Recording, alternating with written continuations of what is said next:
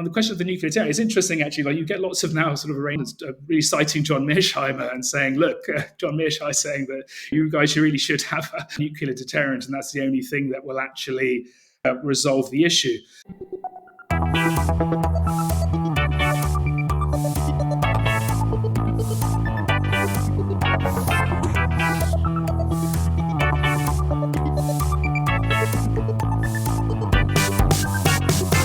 Milan ou Tripoli, Vilnius ou Benghazi, Paris, Moscou, on fait le bunga, bunga. Bangkok ou Bogota, Le Caire ou Jakarta, Gustavia, on fait le bunga, bunga. Stockholm ou Monaco, ou Montevideo, Oslo, Tokyo, on fait le bunga, bunga. Hello everyone, this is BungaCast, the global politics podcast at the end of history. I'm Alex Oakley in São Paulo, Brazil. Just next door in Rio de Janeiro, the last day of the 17th BRICS Summit is going on. We're recording this on Tuesday, the 8th of July. On Sunday, the BRICS, which is, if you're not aware, an alliance which is no longer just Brazil, Russia, India, China, and South Africa, but now includes Saudi Arabia, Egypt, the UAE, Ethiopia, Indonesia, and Iran. Well, the BRICS issued this big communique about a whole bunch of issues, but which also included condemnation of the military strikes on Iran and the war on Gaza, but has to be said in relatively soft terms. They also reiterated the importance of the dollar. So it's unclear what this bloc actually is and wants, insofar as it stands ostensibly against the US-led order or unilateral US disorder. But that's all for another day. Today we're talking specifically about Iran, and I mentioned the BRICS just because it's a little gesture to multipolarity, ? But what we want to do here is talk about Iran after the 12-day war. Now, I don't know what you think about this 12-day war, but for me it was so hyper-real that it's unclear what exactly constituted outright hostilities and what was just for show. But the 12-day war, I looked it up, and it has its own Wikipedia page. So I guess it must be real. I guess that's the ultimate arbiter of the reality of things. So what we want to do today is look beyond the 12-day war, both backwards and forwards. We've talked about Iran several times on this podcast in dedicated episodes, such as back in 2020 upon the assassination of Qasem Soleimani, and in relation to the wider region multiple times. What is interesting to talk about Iran now is because a year and 9 months on from Hamas's 7th of October attack on Israel, the map of the region looks very different. So Hamas and Hezbollah have been humbled. The Assad regime in Syria is gone, and you can check out an episode specifically on that with Jean Bajalan from a few months back. And Iran, as a consequence, has been weakened. And then in longer historical scope, it seems to me that the geopolitics of West Asia aren't anymore configured by Jewish versus Arab nationalism, but rather by an Iran-centered mostly Shia alliance, maybe the so-called axis of resistance. And on the other side, an increasingly religiously inflected Zionism in alliance, by default, I guess, with Sunni states, mainly monarchies. So this is rather different to the 20th century map, late 20th century map of the Middle East. So to talk about all this and more, I'd like to welcome, and I forgot to ask you how to pronounce your name, so I'm going to ask you to say your name because I forgot to do this in the chat beforehand. Just Eskandar Sadeghi is fine. Eskandar Sadeghi. Okay. Yeah. So Eskandar Sadeghi is a historian at the University of York, the author of Revolution and Its Discontents, Political Thought and Reform in Iran. We're mainly going to be talking about geopolitics, but we will hopefully get on to a little bit of political thought. Eskandar, hi, welcome. Yeah, thanks for having me. Really good to see you. Yeah, so we are going to start with, with the axis of resistance. Now, I assume we're about the same age. I mean, for me at least, observing from very much afar, I was of an age that the naming of the axis of evil, Iran, Iraq, and North Korea, for those who have forgotten, that was a pretty formative moment for me politically, observing all of that.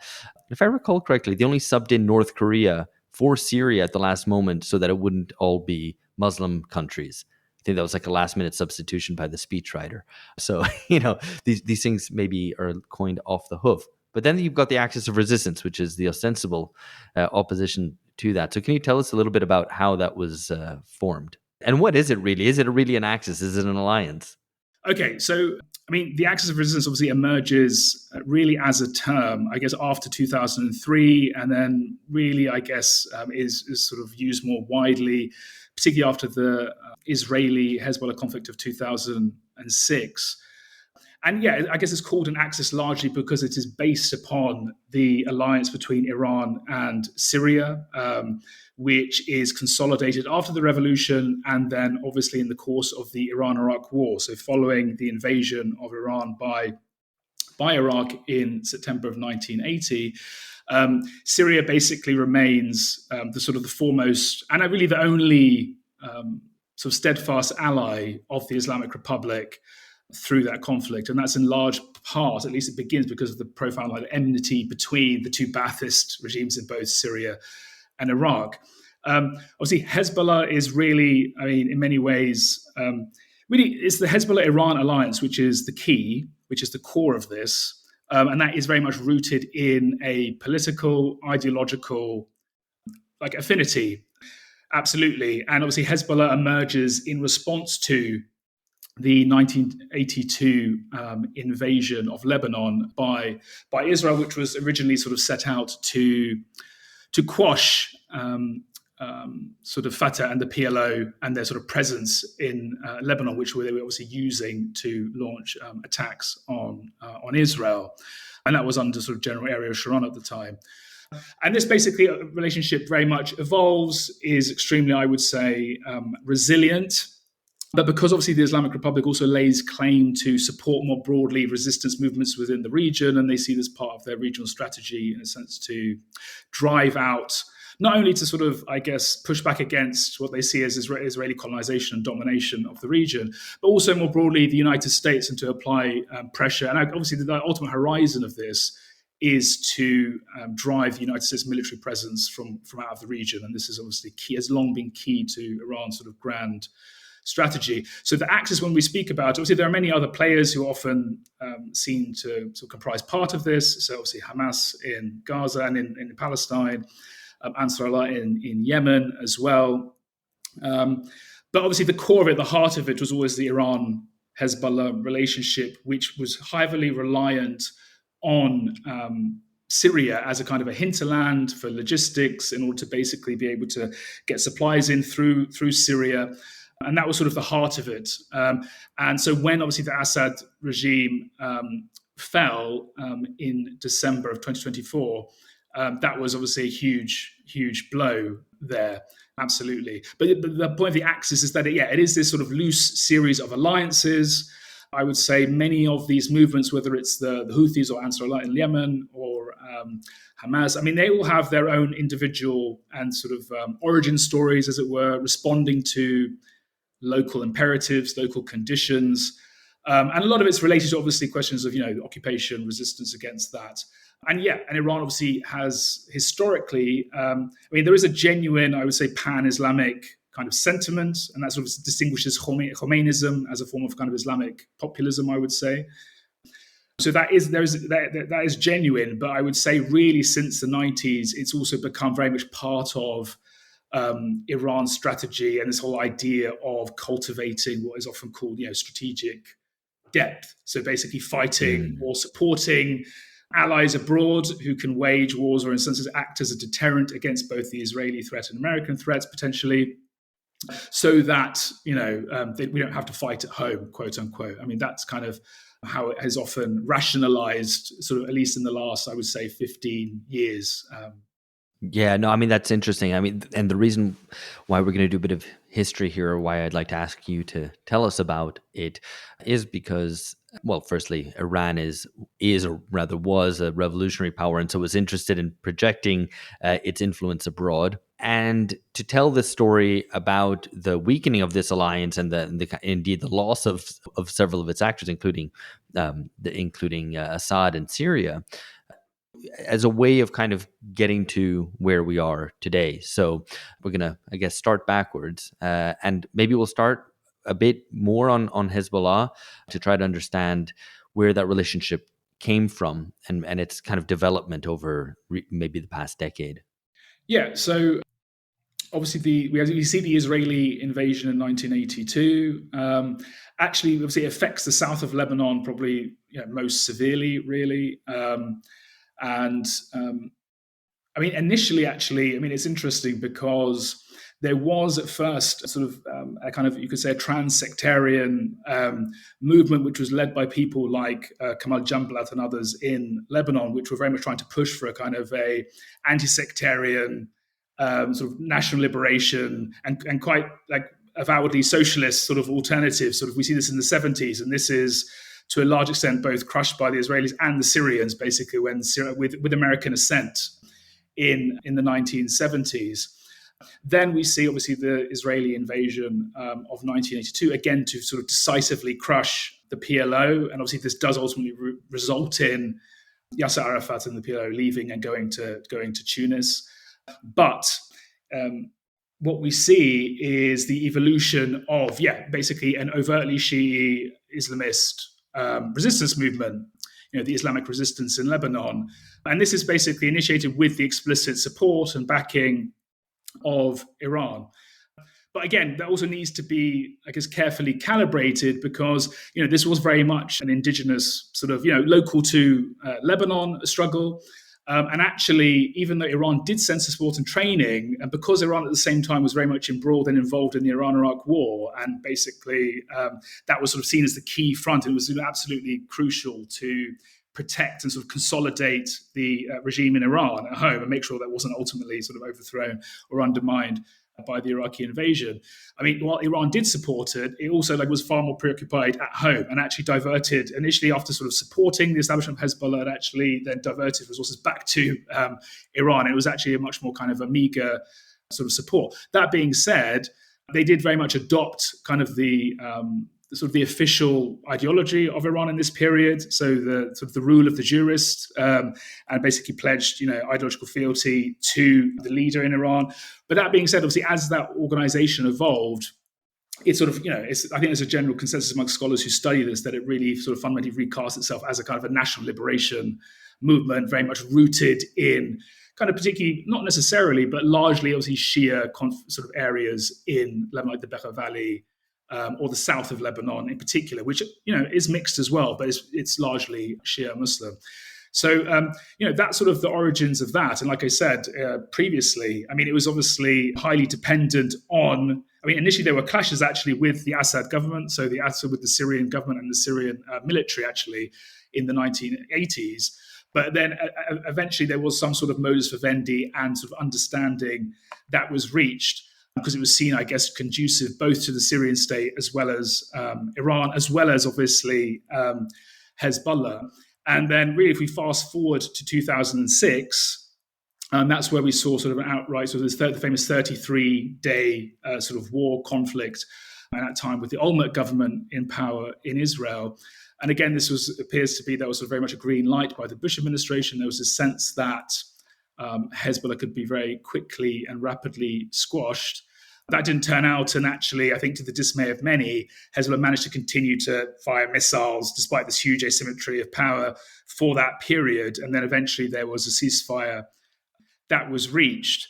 And really, I mean, that had acted in Iran's view, but also I think for those who sort of defended the role of Hezbollah in the sort of the context of Lebanon, it was believed that it did act as a deterrent. And of course, they also had this precedent in 2000 where they managed to famously push out the Israeli occupation. And that was seen generally as a kind of a great achievement, because it was sort of the first sort of Arab paramilitary force to eject the Israelis who had, from occupying sort of quote unquote Arab lands. So it was seen as a very important kind of historical moment. 2006, again, was, as I said, was equally important in this regard.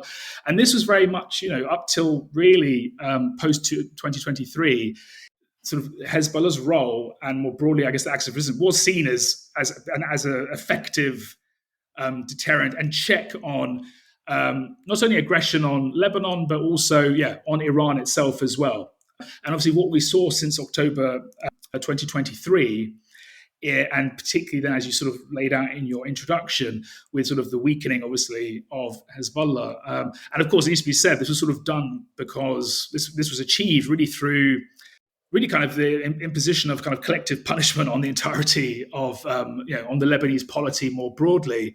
And because obviously Lebanon itself is very polarized along both political and I guess, sectarian lines, there was immense sort of pressure and criticism of Hezbollah at the time in certain quarters for, in a sense, as they saw it, dragging Lebanon into this conflict, and basically which resulted in too high a cost.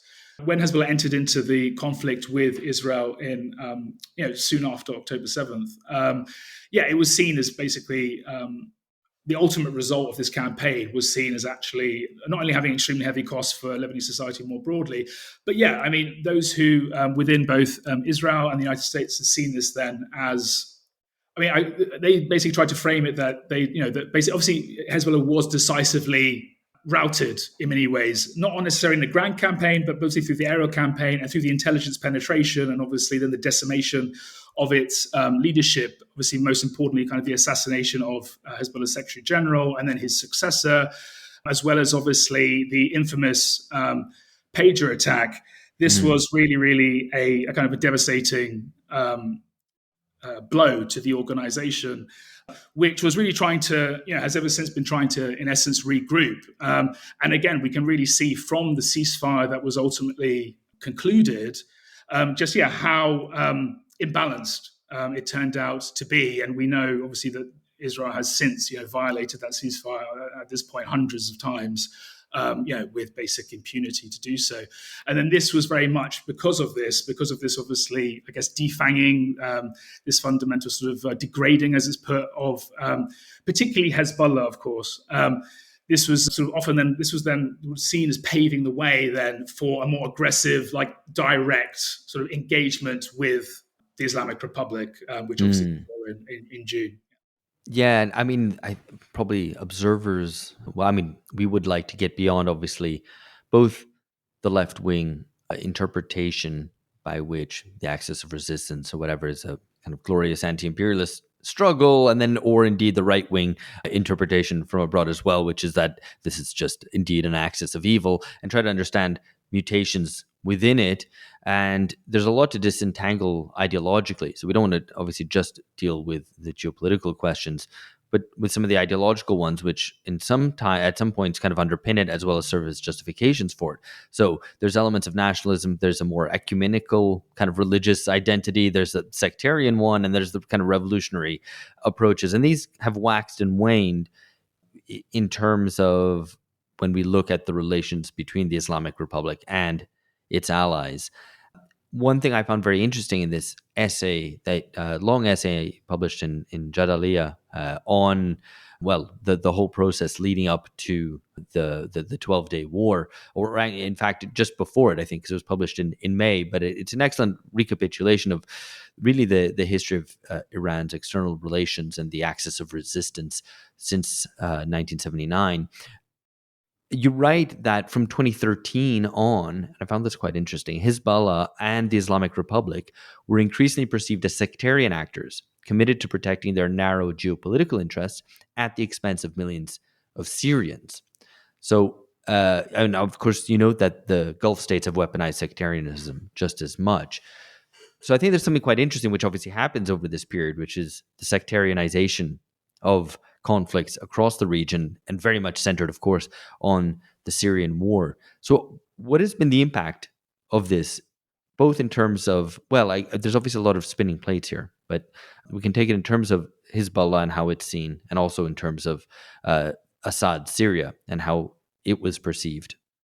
Right. So, coming off of the 2006 33-day war that I was talking about, sort of Hassan Nasrallah usually topped sort of opinion polls in the Arab world as amongst sort of the most popular figures, because, even though we maybe would be mistaken to frame it as a victory, but the fact, that they had actually proven their ability to continue to actually launch missiles directly at the Israelis and, in a sense, bring about a ceasefire, which was, again, it was at a significant cost, but they managed to survive and saw themselves as building upon that victory as they saw it.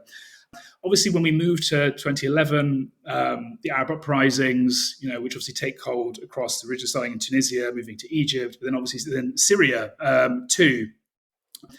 And as that uprising devolves into an armed conflict, a civil war in which sort of drew in basically geopolitical great powers, beyond the region as well as within the region.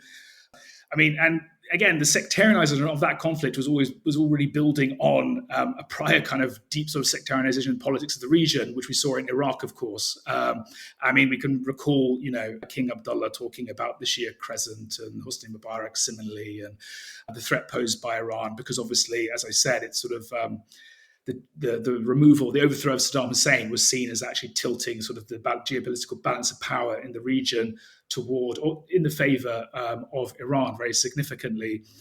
So the Syrian conflict is very much sort of coming out of this longer kind of trajectory. I think we need to see it in those terms, absolutely. And then the rise of sectarian actors, obviously, among the opposition. Of course, there were those who were pushing for a national kind of more democratic Syria, of course. But I think there's just no doubt that, the most powerful, sort of forceful actors eventually turned out to be, and there's a history there. It's a complicated one, which I won't get into. But for whatever reasons, sectarian actors on that side, Jabhat al-Nusra and obviously Islamic State and so on, become, very, very forceful, and very, very many others. Hayat Tahrir al-Sham later, so the group which the current Syrian president now, was the former kind of head of. And then obviously on the other side, as I mentioned, Hezbollah and Assad and Iran obviously do have this very strong, robust alliance. And that is very much the heart of the axis of resistance, for sure, if we want to use that term. And of course, Iran is invested in propping up and supporting Assad and ensuring that he basically survives this challenge, as is Hezbollah. And obviously their reasoning there is, very... It's geopolitical. It's we basically need the Assad government. We need this friendly government in power, because obviously it's key for us having this sort of robust sort of supply lines into Lebanon, so that we can actually act as a real meaningful check and have a deterrent with respect to the Israelis. And of course, this is in a sense, inevitably going to put them at odds with the demands of those who were who rose up to overthrow. For all intents and purposes, was a really abhorrent regime, and really one of the more sort of notorious security states in the region. So that obviously Hezbollah coming to the aid of Assad, but also they have their own interests. And so far as I think they also, when you speak to people in Lebanon who are sympathetic to this line, they will say, I think, and there is truth to this, that they really did see a significant threat coming from these sectarian actors who were sort of also trying to come in to Lebanon and maybe, in a sense, sectarianize even further and intensify this sort of the sectarian rhetoric and conflict within Lebanon itself, which is already a highly kind of divided society in many ways. And of course, obviously, the significant Shia population within Lebanon was very worried about the rise of, particularly sort of Salafi jihadi types, because obviously there's a long also track record of, sectarian massacres. And this obviously happened on both sides ultimately as it transpired. And obviously the Assad regime itself, even though, it was a secular sort of Ba'athist, social Arab nationalist regime, of course, and Hannah Battuta was the great Palestinian Marxist who wrote a really important book on Syria many years ago and wrote sort of a number of articles on this.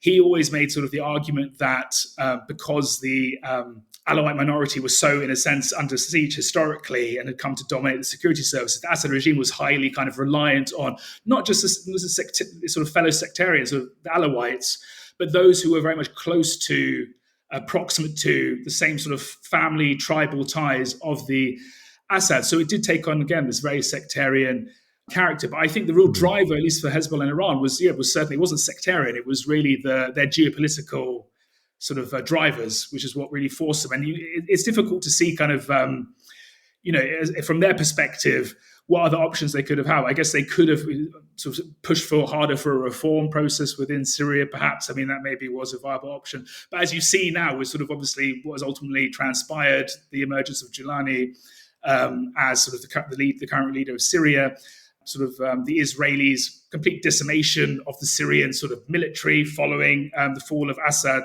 And now really it seems possibly some kind of imposed sort of normalization might occur, while of course with the Golan Heights basically written off. So I think this was sort of, despite their best efforts, this was sort of the worst case scenario, I think, for Hezbollah and Iran. Absolutely. And I think, there were a number of interesting leaks which came out by Iranian sort of military commanders as well, following the fall of Assad.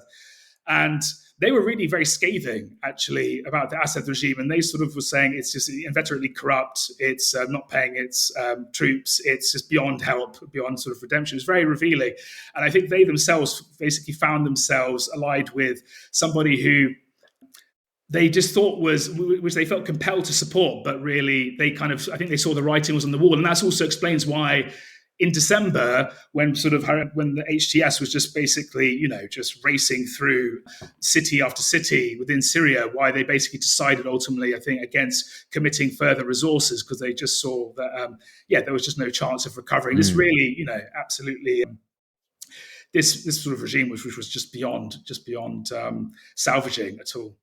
Yeah, no, and I think it can't be understated how impactful it was for Iran to have to, in some ways, respond to Israel's attacks on Gaza and indeed attacks on Hezbollah in Lebanon and indeed on Syria, in the context of having lost a regime which was viewed pretty existentially in terms of its own kind of regional plans and security.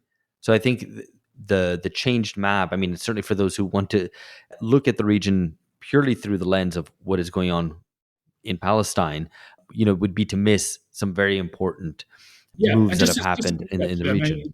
Something that just bears repeating is that when you actually even read a lot of Iranian politicians, decision makers, people who were sort of in foreign policy commissions, security apparatus, they would always actually refer to the commitment to Syria, not because they're helping a sectarian, like a fellow sectarian, which again that's a deeply problematic way of framing it.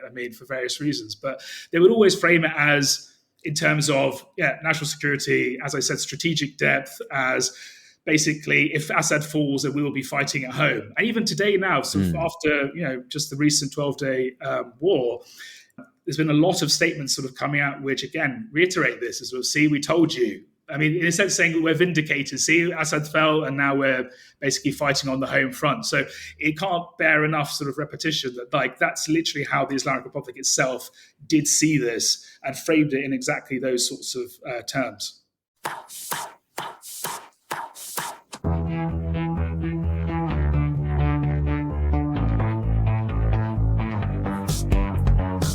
We should probably turn already to certain questions internal to Iran as a way of trying to understanding the 12-day war and its actions there. So there was I think, and this is something that you explain, which is in reference to the period before the 7th of October attacks, but certainly after, as far as I understand, though again, please correct me, that there's a faction within the political elite in Iran that would favor winding down Iran's support for its allies and the axis of resistance to pursue détente normalization with the US, and that Iranians themselves might be kind of exhausted on the Palestine question. As you put it, they're tired of being more Catholic than the Pope on the Palestine question and would prefer to turn to, more to their internal affairs and feel less responsibility for defending regional allies. How do you read this now, especially?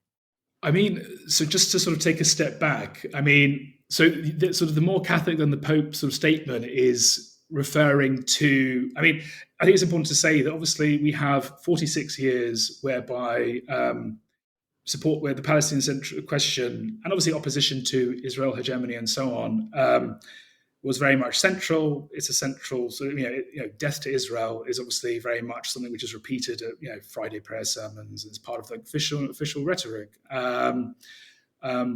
And sort of historically, a lot of obviously legitimacy more broadly in the Islamic world and regionally was gleaned from sort of trying to frame itself as very much a champion of the Palestinian cause. And its support for, Palestinian resistance movements. Obviously Yasser Arafat famously was the first person to visit Tehran after the revolution. They gave him the key to the Israeli mission. And then subsequently Iran moved to support, obviously, Islamist factions like Hamas, which was their sort of preference, of course, over more secular actors.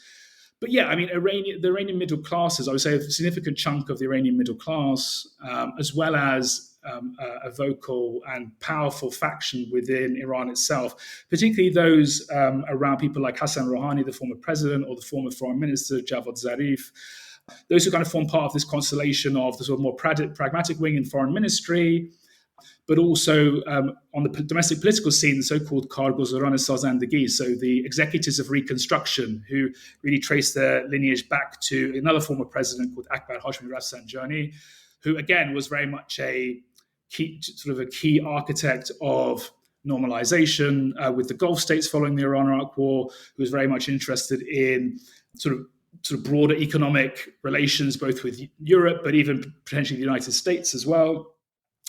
This faction, they basically quite often and frequently make this argument, and again, I think it's in line with a significant chunk of opinion within Iran itself, particularly among urban middle classes, absolutely, that this is a costly sort of policy. It's costing Iran money, like in terms of blood and treasure, for sure. And it's actually resulting in our isolation from the world. It's resulted in sanctions. It's basically generated these conditions for enmity against us. And I'm talking about, this is not my opinion. This is I'm just sort of repeating how they see it. And therefore, Iran needs to sort of put this to one side and needs to basically, put this to one side and actually pursue a policy in which, quote unquote, the national interest is front and center, and Iran isn't getting involved and embroiled in these sorts of conflicts which have nothing to do with it, right? But the interesting thing here, which I think is important to note, like for your listeners, is that the other side of the coin, I mean, they make the argument for sort of the axis of resistance and why Iran has a responsibility to support these various groups. And they make that argument, sure, they'll nod to pan-Islamic solidarity. We have this responsibility to the Palestinian people, all these sorts of things, given the fact that the horrific sort of war crimes and massacres and occupation and so on and so forth. We have this obligation to do that. But really, often, their argument, the sort of the core of it is, again, to say, the heart of it is to say, like I was saying earlier, that we need to do this because this ensures actually our security at home, on the home front, in a sense. So in a sense, they're both different kinds of nationalist argument, if you think about it, but it's more like the methods by which the national interest is secured, which is different. And obviously those who talk about the axis of resistance says, okay, but we are, the United States has this, sort of irreparable enmity towards us, which, could make the case. I think it's quite plausible. At least the security, the national security state within the United States, given the hostage crisis and all the baggage there, we don't have access to US weapons. We don't have, we've got all of these sort of shortcomings as a result of our sort of historic isolation. So we've built up this sort of unconventional means, asymmetrical kind of tactics, but still to advance a strategy which is provide security for Iran more broadly, right? So I think it's important to note that rather, like I said, the arguments have a certain symmetry, even though they're quite, like I said, the way they think the best way to go about it is very different. And there's a lot of polemical exchanges over this within Iran and within Iranian debates. Right. I mean, that's interesting insofar as it underscores how little kind of revolutionary ideological content there is to it, that it's kind of very much framed in nationalist terms exclusively. I want to ask specifically about the so-called 12-day war. I'm still not sold on calling it the 12-day war. I still haven't really got my head around what it was, how close to a wider configuration it actually was. And maybe you have a take on this. And indeed, I mean, there was an article published in Sidecar, the New Left Review's blog, on the 17th of June, where it was quite ominous. I remember reading it as soon as it came out, and then very shortly after, the conditions looked radically altered, and it was all over, and it was unclear kind of how to relate to what had just happened. So, to quote from from that article, if I'm not mistaken, Washington's primary ambition in the Middle East has been to secure Israeli normalization with the absolutist monarchies of the Gulf, and Saudi Arabia in particular, and that this would create a favorable security settlement in the region, diminishing Iranian influence on the one hand and bypassing the Palestinian issue. And indeed, that seems to be what has more or less happened. On the other hand, Israel's strategy seemed to be quite maximalist, which you also note. It was quite clear what that would look like: decapitating the Iranian leadership, decapitating the leadership of Hamas and Hezbollah, and drawing the US into a regime change operation in Iran. And it didn't get that, but it did get some of that. And I mean, Israel is obviously kind of the big winner geostrategically from the past 2 years. My reading is that Iran's posture was mostly defensive, or at least kind of interested in maintaining the balance of deterrence. Iran lost. I mean, it lost in many important ways, and Iran has lost in many important ways, as you've just been detailing, over the past decade, really. But it didn't lose bigly, as Trump might put it. So, what's your reading on what the 12-day war was? You as a historian, I don't know if you can already at this stage say if you can label it as something, and how close was it to an all-out war, or indeed a kind of regime change operation on the US's part? On whom did this depend? How much room for maneuver and decision-making capacity and autonomy did Iran have in this whole story? And was it all, or alternatively, was it all dependent on what the US decided to do and whom Trump was listening to? I mean, I'm with you in terms of we're still trying to figure out exactly how things actually transpired and why they took the turns that they did, and it's very difficult, and therefore everything is said with ample caveats. But I do think the Israeli sort of government, I guess, had. I mean, and I'm pretty sure this was planned closely with probably the Department of Defense and the CIA in the United States, and there's ample intelligence sharing and all these sorts of things. But I think the Netanyahu government probably did have these maximalist aims. I think they basically, they had maximalist. They had two sets of aims, I would say. They had the maximalist ones, which was obviously, let's bring about the collapse of the Iranian state through this decapitation strategy, and people will rise up and overthrow the regime. And I think they thought this could be a consequence of this sort of decapitation strategy, and then proceeding to bomb the state TV and all these sorts of things. I think and even Evin prison, where they I think hundreds at this point, maybe close to hundreds of people were killed, many of them social workers or inmates. And so I think there was this maximalist strategy, absolutely, which I think was probably sold to the Trump administration. But I think there were another set of aims, which was obviously the two ones which obviously degrading Iran's ballistic missile program and anti-ballistic missile defense and defense systems, for sure, and as well as obviously drawing in the United States to attack the nuclear installations in Iran and in Natanz and Isfahan and Fordo particularly. And Fordo is the most important one, because obviously it's the one that's sort of buried within a mountain, which Israel couldn't ultimately destroy on its own at all.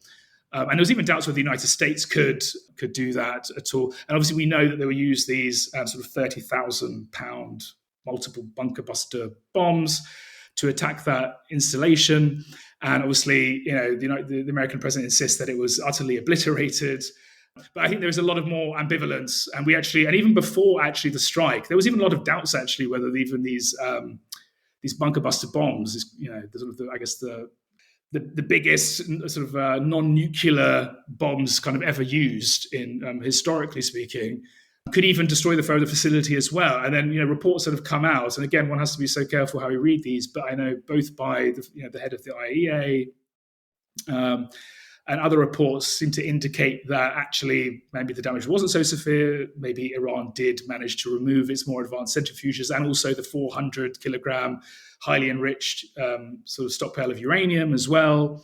And the fact of the matter, anyone who pretends that they have answers to this is basically, I would take it with a really big pinch of salt. And we really are actually living right now in a moment of very serious kind of strategic ambiguity. As I said, I think the Israelis had these sort of maximalist aims when that didn't necessarily cash out, because obviously after decapitating many of sort of the leading generals of the armed forces of the Revolutionary Guard, even sort of one of the kind of really important figures in the negotiations, Ali Shamkhani, who kind of survived, I think they did probably have this idea that Iran would basically fold and maybe complete or total capitulation would occur, if not sort of regime collapse.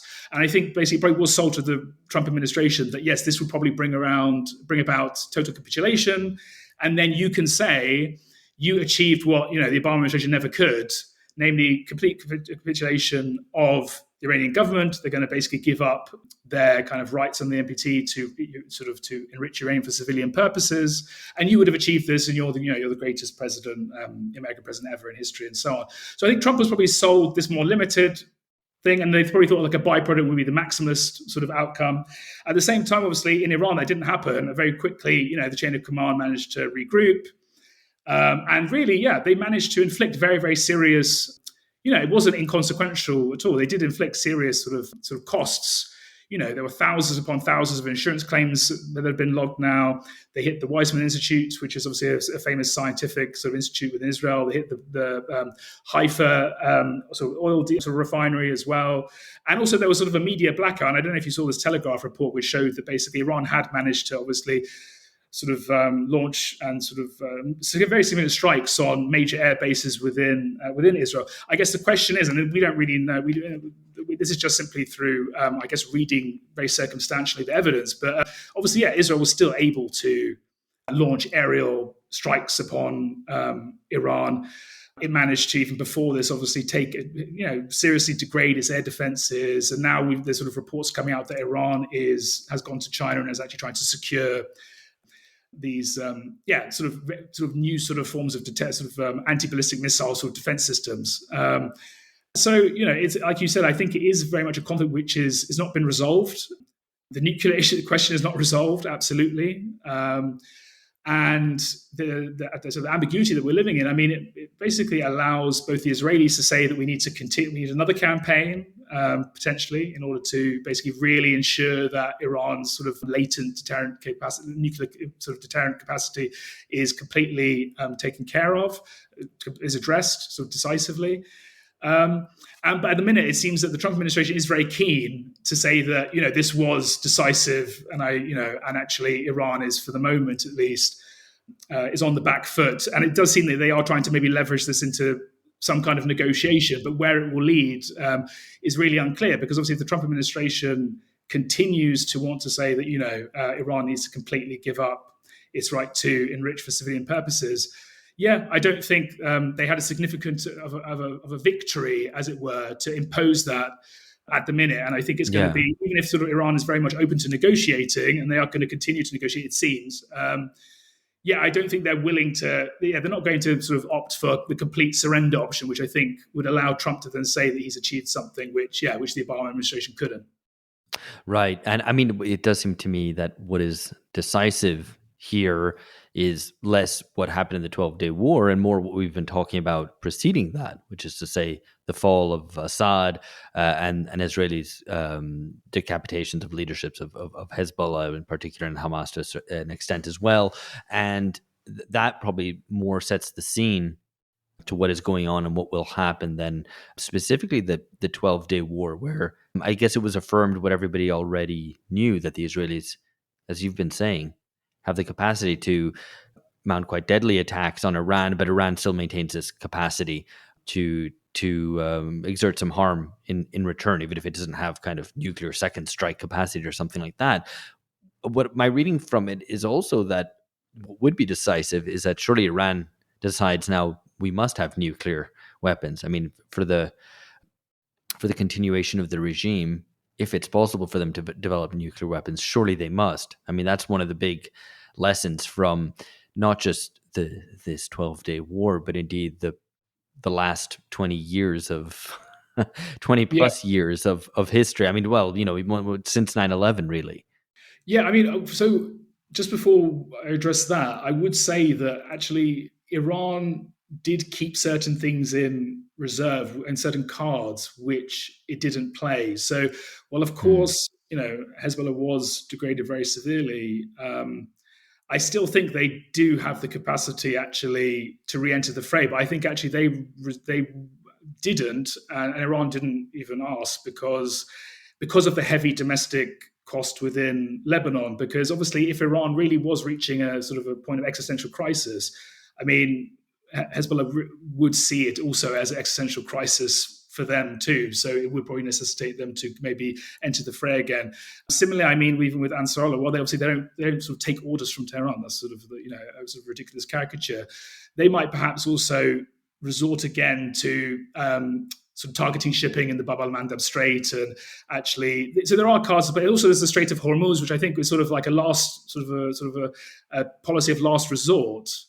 But again, that's also something which they threaten, and they haven't played that card yet. And I think that is actually speaks to the fact that while they sort of paid a very heavy cost, and they had a very heavy cost sort of inflicted upon them, they still have actually several cards that they can play, even in terms of of what remains of the axis of resistance. So I think one needs to be careful not to overstate it too much. But I think of course it's been very, very severely weakened, but there are certain things which I think they could play, which they did, and which they decided against in this first round, because I think they probably do anticipate that there might be further rounds to come. And I'm sure they have no illusions how fragile the current cessation of hostilities. I'm kind of even sort of reluctant to call it a ceasefire, really.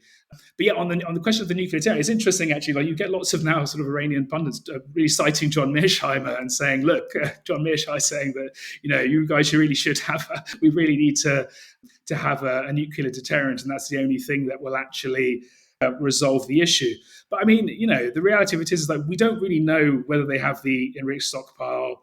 We don't know if they have. I mean, people indicate that maybe they still have centrifuges underground, and they could pursue a highly enriched sort of uranium bomb. But then, as I think all the experts conclude, turning that into the metal necessary that you can act, and then having it sort of putting it into a delivery system and all these sorts of things is itself a very complex technical process. And sure, maybe they could basically do a sort of drop a bomb in the desert and show that we have this capacity.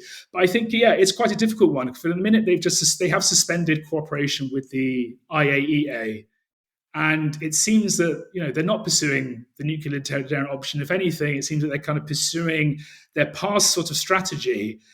So I think one of the good things is to make clear, I think, or just to add, is that my sense of one of the reasons why they stepped up uranium is because they see that as a card to play. They basically see that as something that they could barter away. So it was, in a sense, a threat, but it was something that you could actually eventually barter away. And I think similarly with the suspension of cooperation with the IAEA, they haven't left. And obviously they haven't left for the reasons because they think that would immediately be kind of used as a pretext to kind of refer them to the UN Security Council and so on. And also, they probably don't want to alienate their Gulf allies more. They don't want to, obviously, China and Russia aren't invested in Iran having a nuclear deterrent either. So there's just been very serious opposition to that. And my sense is that I could be wrong. Maybe they are now covertly running to do it, and it's sort of. But I think the fact of the matter, as we've seen, the Iranian state is so penetrated by clearly people adjacent to or linked to Israeli intelligence. They've managed to kind of, on repeated occasions, to kind of insinuate themselves into it, right? So if they did make that decision, it's very likely that it would leak relatively quickly, right? So I think so there's various things here. So there's the difficulty of doing it. It would take a significant amount of time. And two, there's a very good, serious chance that it could leak. And finally, I think they're pursuing the strategy which they have previously, which is basically bartering it. They want to basically use it as leverage. And I think, to be honest, if we go back to October 2023, one of the major kind of shortcomings, you could say, of Iranian strategy in terms of how they've been reading the Israelis and the United States, I think, is that they've been basically following a kind of a protocol or a modus operandi, which previously would have worked. That, okay, you strike at us, we'll do it with a slightly lesser force, or we'll do something which is a kind of a tit for tat, and this should kind of make you think twice, and this sort of reestablishes sort of the balance, and then we can do that again. And this is exactly what they did. We're following the Israeli strike on the embassy in Damascus in April 2024, I think. And then also following even sort of the assassination of Haniyeh, which nothing in Tehran, no sort of immediate response. It was only when Nasrallah was basically killed, and really it was just for credibility, that I think they felt they had to do a sort of a more significant response, which was then in late September, October 2024. So they basically are playing this quite calibrated, pragmatic game because they don't want it to escalate because they fear that it might get out of control. Whereas the Netanyahu administration has been, in a sense, calling their bluff and pursuing the much more radical, I would say, kind of path and saying, okay, well, no, we're actually going to take this really extreme action. Like, previously they wouldn't have thought of assassinating Nasrallah, for instance. Like, that wouldn't have, I think, been maybe on the cards. But no, by doing that, I mean, he's pushed the dial, and Iran still kind of did a relatively, I would say, calibrated response. And even now, I mean, even following, if you think, following the United States obviously attack, like direct attack on Iran's nuclear facilities, I mean, what did Iran do? I mean, it obviously was firing at Israel, obviously, and had this sustained period. But I mean, with respect to the United States, they did this quite symbolic just strike at the Al Udeid air base in Qatar, right?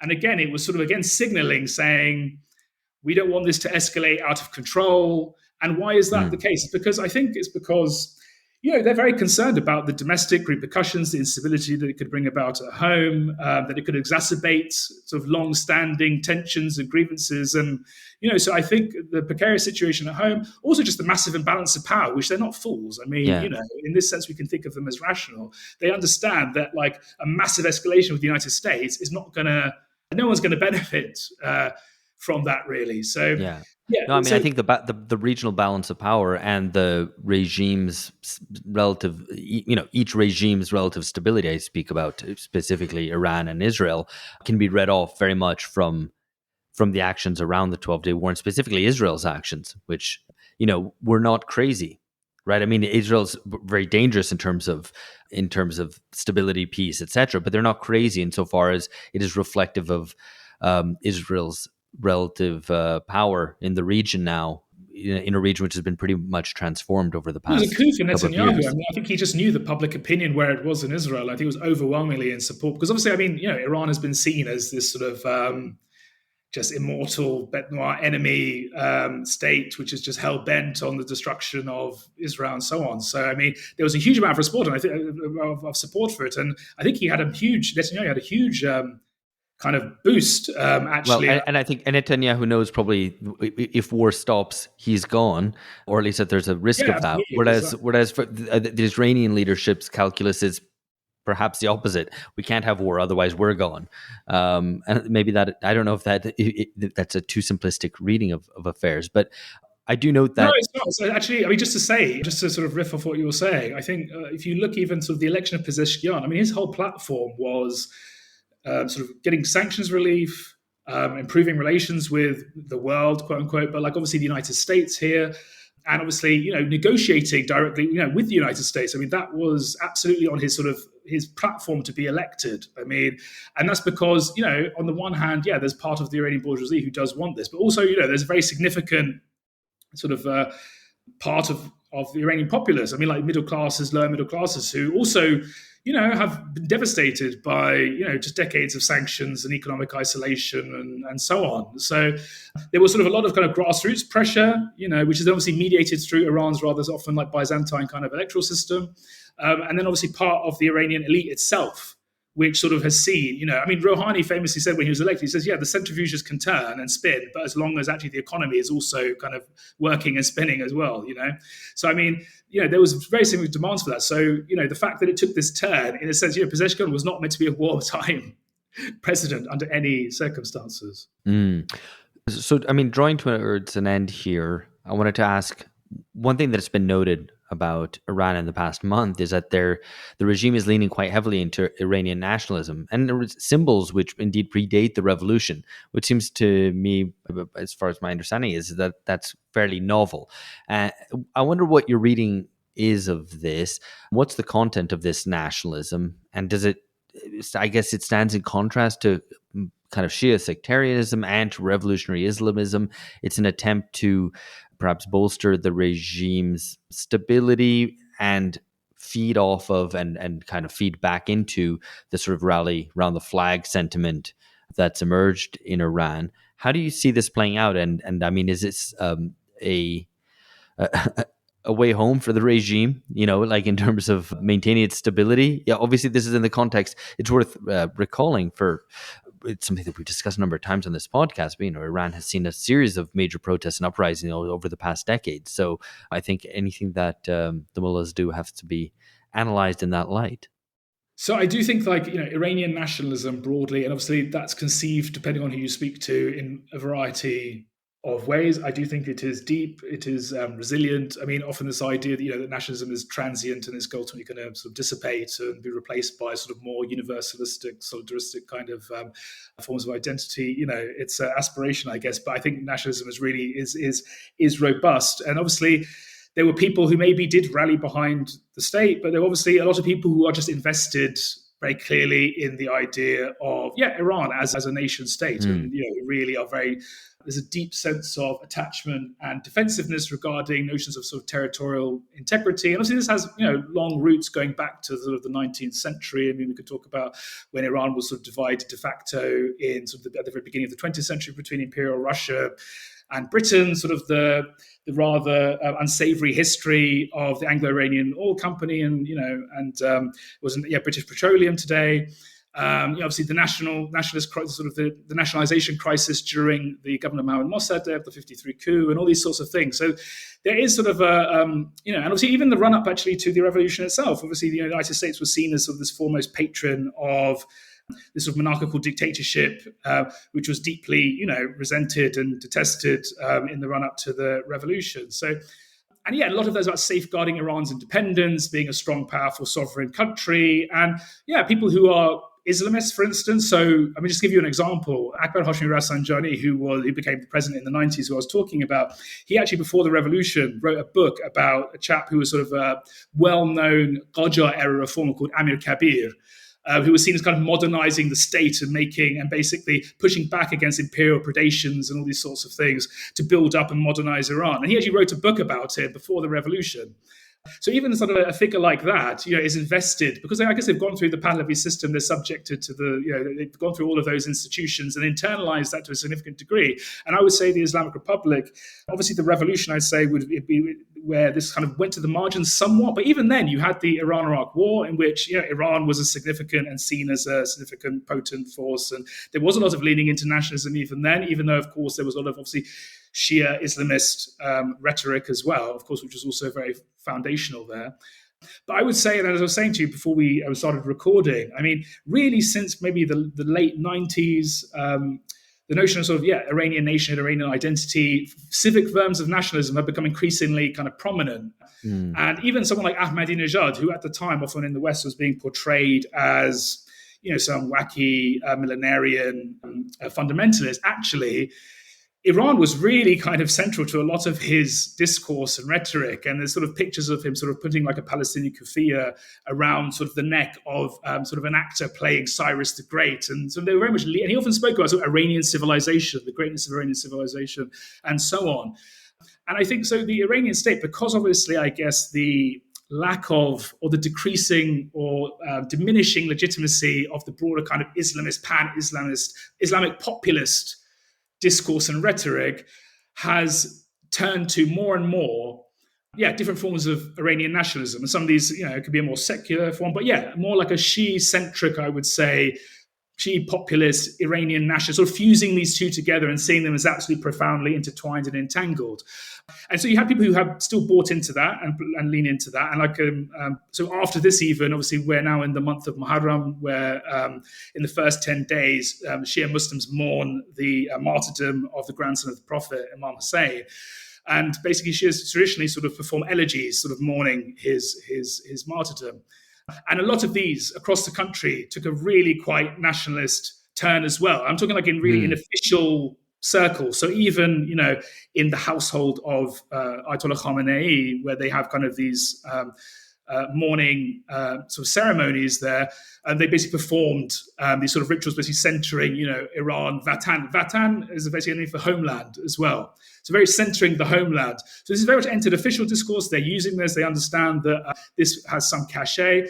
But is it going to basically solve all of their problems? No, of course not, because I guess there are, of course, deeper economic contradictions, in terms of certain like maybe neoliberal economic policies which have long been pursued or increasingly favored, right?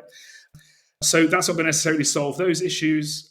There's the gender question, of course, which is a long-standing one, and there was historically lots of grievances. We saw like an uprising, in part at least, in response to that, very much where women had a very, very prominent kind of role. And yeah, I think the government's response to that has been rather somewhat pragmatic in kind of selectively policing and kind of really letting people do their own thing and not, in a sense, in going out of their way to antagonize the population. And I think there was a lot of actually relief. Yeah, maybe that's maybe the best way of putting it. But there was a lot of, in a sense, relief when Ibrahim Raisi was killed in this helicopter crash. And they could see this pivot to a kind of a more pragmatic, reformist-leaning kind of president and administration.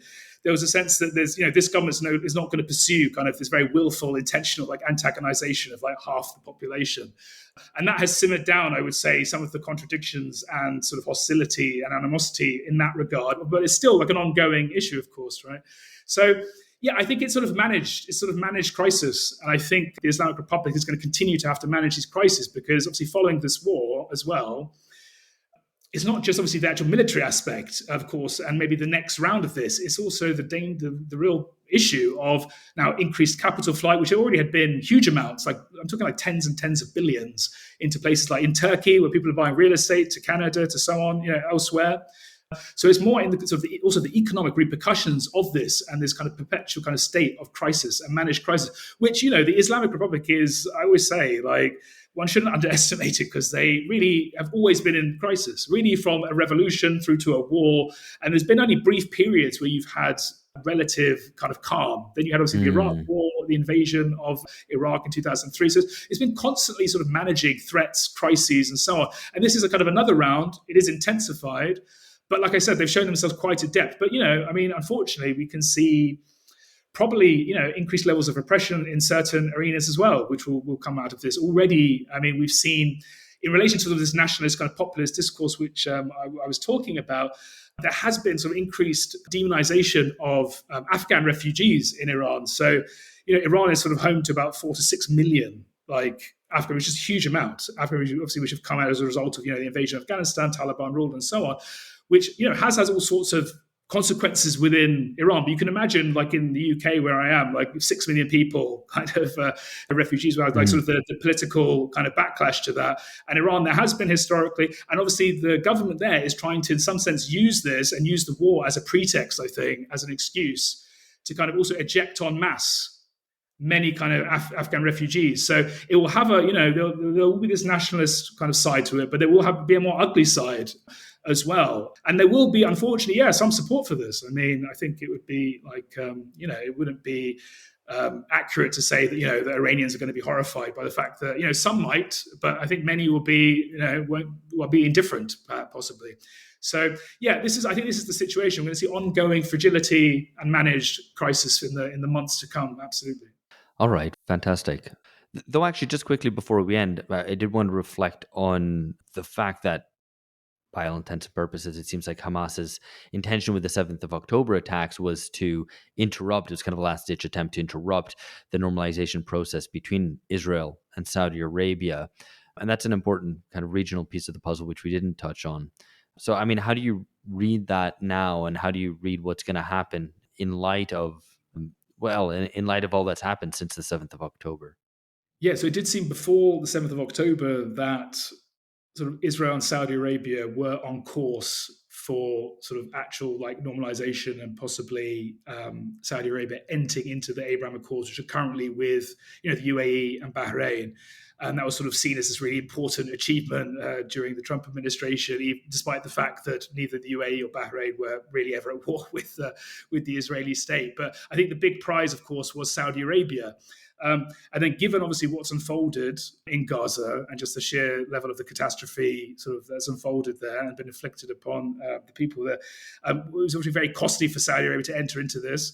But then increasingly, I guess, sort of the maximalist sort of very aggressive policy pursued by the Netanyahu administration, basically going in within 20 miles of Damascus and, very much clobbering Hezbollah and so on, and then striking at Iran, has actually made Saudi Arabia and other Gulf states far more wary of the prospects of sort of unchecked sort of Israeli hegemon or sort of dominant power in the region. So I think actually, obviously, maybe part of actually the reasons why I think Yahya Sinwar thought it was, a key reason for launching October 7th was actually to put an end to this process of normalization, I guess, the circumvention of the Palestinian question. So in this sense, you could argue, despite, the horrendous costs, I mean, this has proved successful for the minute. But also, I mean, one of the things that actually stood out to me throughout the 12-day war as well was that Iran was actually constantly signaling to the Gulf states that it's the more kind of responsible, measured actor here. And they actually really wanted to make that clear because they're very worried. And they were very sort of clear that if they took a radical action and threatened the Gulf states, then in a sense they would be then compelled or feel compelled possibly to then really swing back to the sort of the Trump and sort of Netanyahu kind of alliance. And actually they didn't. And they very vociferously condemned actually the attack on Iran, including Saudi Arabia. So, and I think, given that Iran is obviously in a much weaker position, the fact of the matter is that Turkey really was the major sort of, I guess, beneficiary of what transpired in Syria and the fall of Assad. I mean, that much is very, very clear. Iran is obviously severely weakened as a result of the last 2 years. And therefore, it's also seen less of a threat, as maybe into previous, in comparison to previous years. Sort of the impetus behind that, I think, is dissipated. They're going to be very reluctant because of obviously Gaza and also a weakened Iran. And it doesn't seem to be on the cards, even though it does appear that the Trump administration is going to continue to push this. And I think he did make some rather quirky, as he does, comments in this regard. But I don't think it's going to be on the cards. And actually, what's been interesting is the Saudis have been quite clear that, barring a sort of a resolution to the Palestinian question and Palestinian state, that they're not going to. The normalization is a non-starter.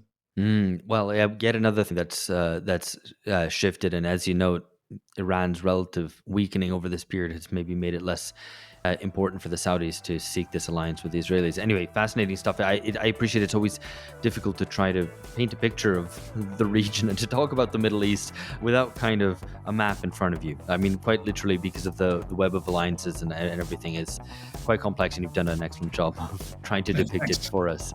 I tried. Thanks for coming on. Thanks for having me. Great to talk to you.